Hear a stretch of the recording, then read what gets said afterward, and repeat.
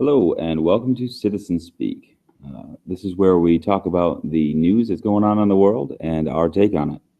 So today it's just me, but what I want to talk to today is about the Michigan Tea Party and the representatives that are just leaving the state. We have Todd Corser and Cindy Gamrat. They had an affair, and they had covered it up. Such a really strange story. Um, the one who's really responsible for this whole orchestration is Todd Corser. Now, they had the affair, but both of these candidates, they ran on family values when they were running for office.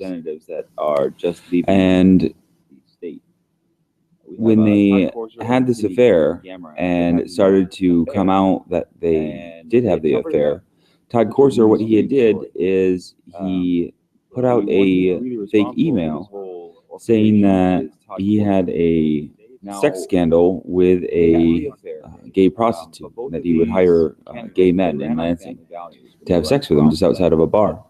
Well, and it turned out that the only reason why he did this is just to soften the blow for his family. Todd Corser, what he did is, no, let that just sink in for a second.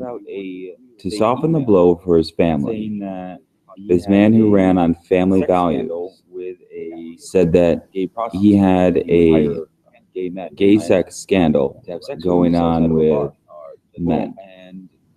It turned out that the only reason why he did this is just to soften the blow for what could be worse? Well, it turns out that it was with another freshman Tea Party member, and her name is Cindy Gamrat. Well, we had also found out that Todd Corser didn't just have this situation come out.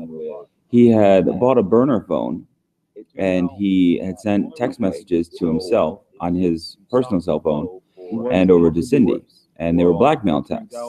And obviously, he wasn't going to meet the demands because he was the one who was doing the bad things. Well, he made it in such a way that even Cindy wasn't going to be able to meet the demands. So it came out that it got leaked through the news, leaked to the news through this burner phone. Well, it was his phone. They had linked it back to his personal credit card, and he did this so that way he could try to paint the picture of, oh, well, he's being blackmailed and he's being targeted and have sympathy on him, and none of this is really his fault. Well, this knucklehead, it turns out that he was even involving his staff and to cover this situation up, and he was trying to manipulate not only his staff but Cindy's staff as well. And then they just had a meeting a couple nights ago where the committee voted 4-0 to expel him and Cindy Gamrat. Well, afterwards, he was saying that he doesn't think that he's going to be expelled, that the committee will find it in their heart because he's done such a great job for the state, and his voting record will show that.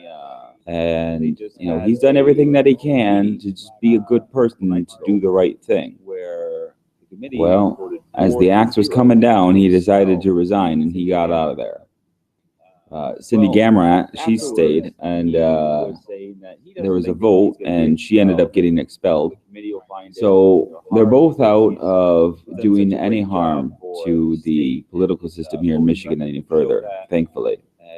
Done everything that he can.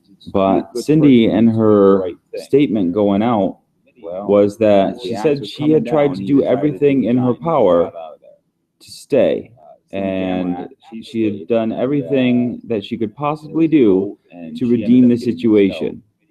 No, you could have came out before when this whole thing was going down, and she could have said, well, hey, I want to get ahead of the ball here. I know that I've messed up.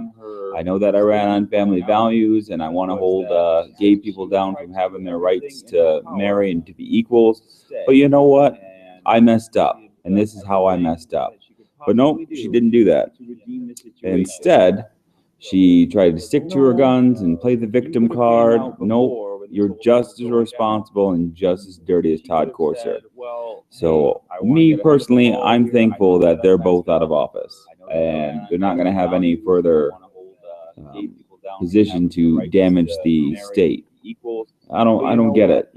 We see this time and time again where you have people who are running so strongly on a certain issue, and it comes down to that they're just hypocritical. And they do these things that they say that they shouldn't do. I mean, you have politicians who are so against gay marriage, and it turns out that they've been having gay sex all along. And that finally, once it comes out, then they feel that they can finally be accepted for who they are. That's complete crap. If you are someone and you want to be someone, go be that person. Don't fight it. Don't go against who you really are, because you're going to make an ass out of yourself in the end. And the only person that you're ultimately going to hurt, and in the long run, is going to be yourself. You're going to look back on your life and you're going to say, wow, I was pretty much a piece of crap this entire time, and I'm sorry for everything that I've done. Now, we have people who want family values to be a staple in America. And to a point, yeah, family is important. It's the building block of society. But families come in all different shapes and sizes. You can't just have one shoe that fits all. There's many different designs and styles. And when you get down into it and you see these people who are so confident in their stance, so stuck in their ways on how they think that the world should be instead of how the world really is, you see that they're completely going against what they're saying. And that's the whole heart of the matter. If you look at any candidate who says that family values is really important, or they're really against certain drugs and different laws, chances are they're probably breaking those laws. I mean, after all, we look at Herman Cain from the 2012 presidential run, when he was running for the Republican nomination. He was saying that family values is most important, and we shouldn't have people out there cheating on their spouses and having gay sex. Well, it turned out that he was a molester. He would pay these women who were working for him to be quiet after he had molested them or attempted to molest them. And you get candidates like this all the time, and that's just one of the prime examples. But yeah, anytime you have candidates who are so strongly on an issue, wait a couple of months and then you'll see behind the curtain and who they really are, because in the truth comes out. These women who were working for him